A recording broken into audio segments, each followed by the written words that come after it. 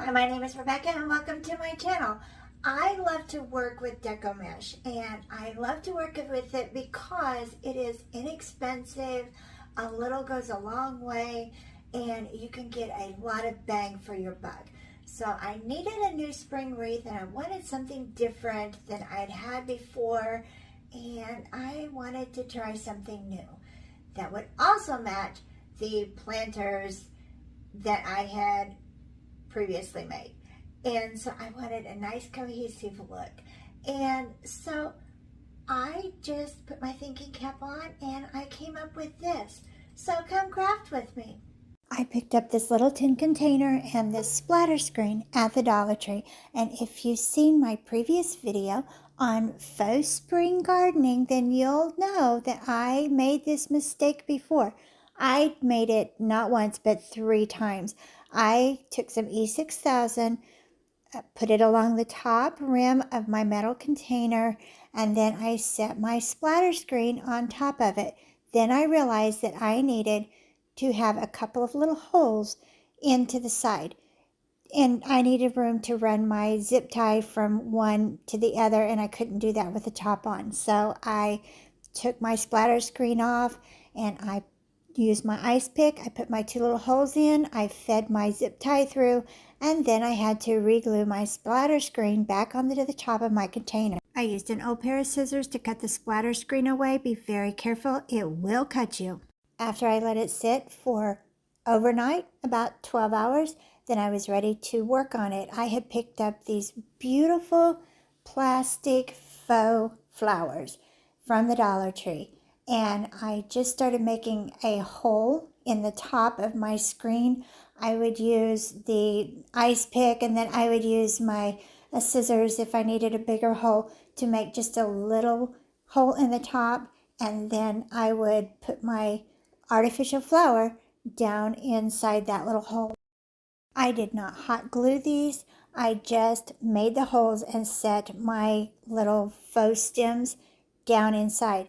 I did trim some of the ends down so that they would maybe sit a little bit taller, and I didn't mind if some of them kind of laid to the side because I did want this to look like a planter that actually was realistic and had a little bit of a natural flow to it. So I really just let the splatter screen kind of form my project, and I kind of used that to make my flowers lay more natural. I did not hot glue any of my flowers into the screen.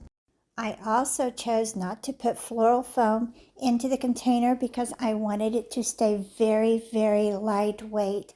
And I also put some holes in the very bottom of the container because I am going to put this on my front door. I live in the Midwest, Southwest Missouri, and we get some pretty vicious storms in our area. And so I did not want it to retain water. I wanted it to be able to drain. So I put about 6 holes in the bottom. This will allow whatever moisture might hit my front door to drain. It won't rust the container, and then it just won't be icky and mildewy. And I also opted not to do the floral foam because, like I said, I wanted to keep this very, very lightweight. I wanted it to be easy and breezy and just kind of natural, flowy, beautiful. I used some plastic succulents that I picked up at the Dollar Tree, and along with the other plastic greenery, I just started arranging my flowers in the splatter screen. You really cannot go wrong with arranging flowers in this manner because you need to put the flowy flowers in the front, the little hanging flowers in the front, and the taller ones to the back. But nothing is symmetrical and even and natural in a real plant setting. And so I kind of wanted this to give the illusion of something that was just kind of easy. And so you really can't go wrong when you're arranging your flowers in this container because it's going to look like it was naturally grown this way. If you remake this project and you cannot find the little oblong metal container, the little round container with the kind of braided rope around the top that Dollar Tree carries year round, that would work too. And you see me use the ice pick to make the holes. They actually, you might need to tap them a little bit with the hammer, but if you just put a little bit of oomph behind your hole or behind your little ice pick, then you're going to make a really good hole in this container. They're very easy to manipulate. When I go to Dollar Tree or Walmart or Hobby Lobby, when I go to look for artificial flowers, not only do the colors speak to me and how they're laying, I look for a very, very full pick, a very full bush. And then I can separate these with my little wire cutters and I can make them look very full. And I do not need to put a lot of flowers in my containers. It's just a matter of what you choose. So I have 2 succulents, 2 of the little wisteria looking type bushes, little hanging plant bushes, and then I have 2 of the frosted greenery bushes. So I have about $6 altogether in my florals.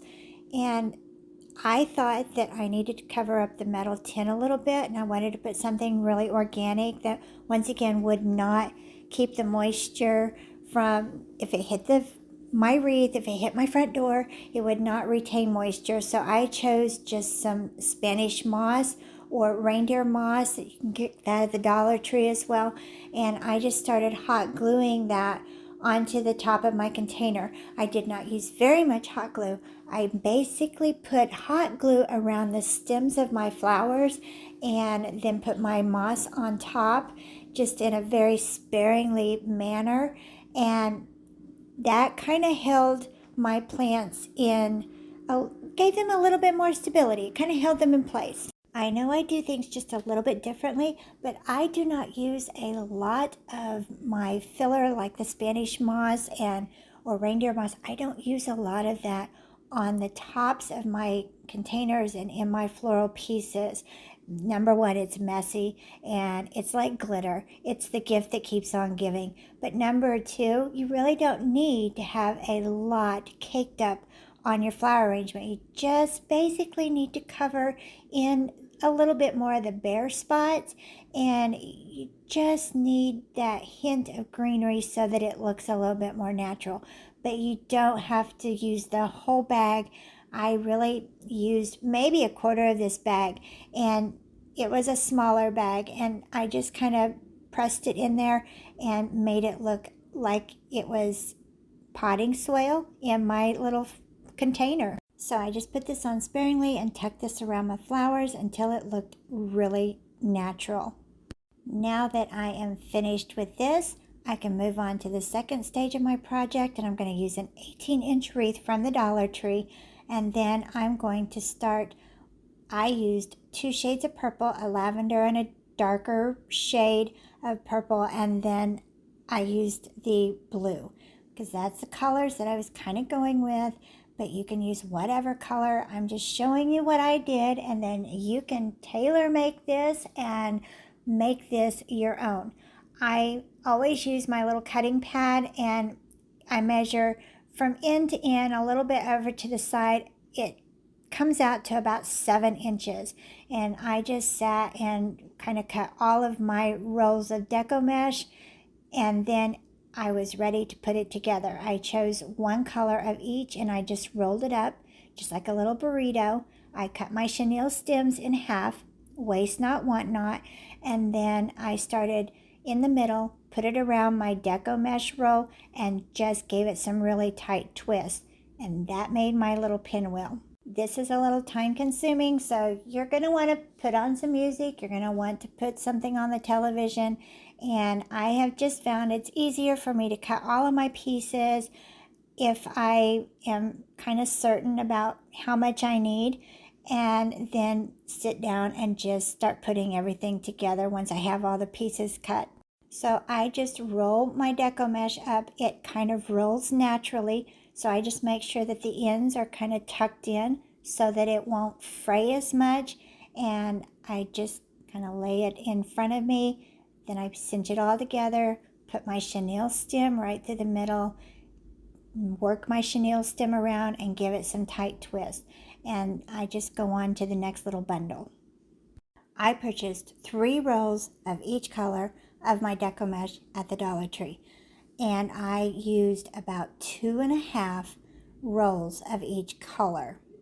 I'm only going to put my Deco mesh on the middle section of the 18-inch wreath, and I start out with a crossbar, and I put the tail end of my chenille stem that I have left over, and I give it some really tight twists, and I make sure that it's very securely fastened to that crossbar before I start going around the wreath.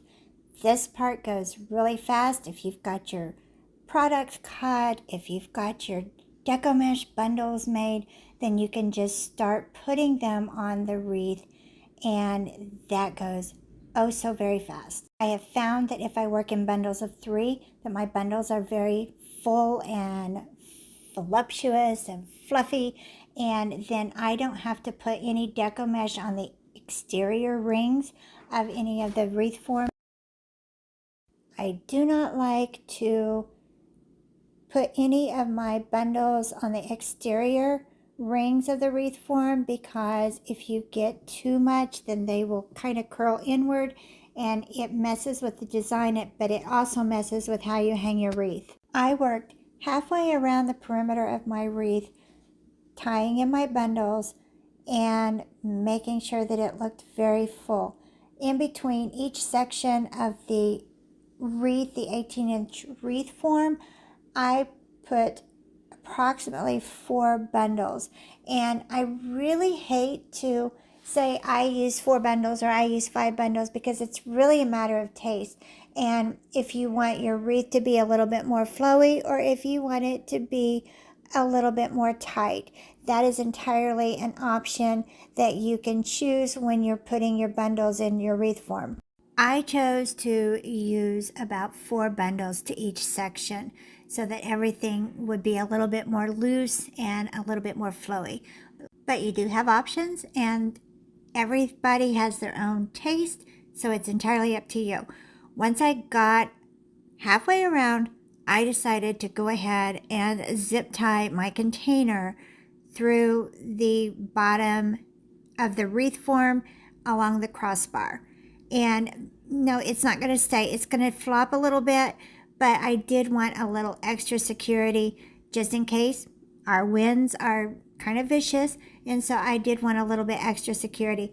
Once I got my little container zip tied on, then I just kind of set it up on its end and started filling it down into the flowers, and where I thought that it looked nice and full and there were no gaps. I filled in with my bundles pretty close to the bottom of the container.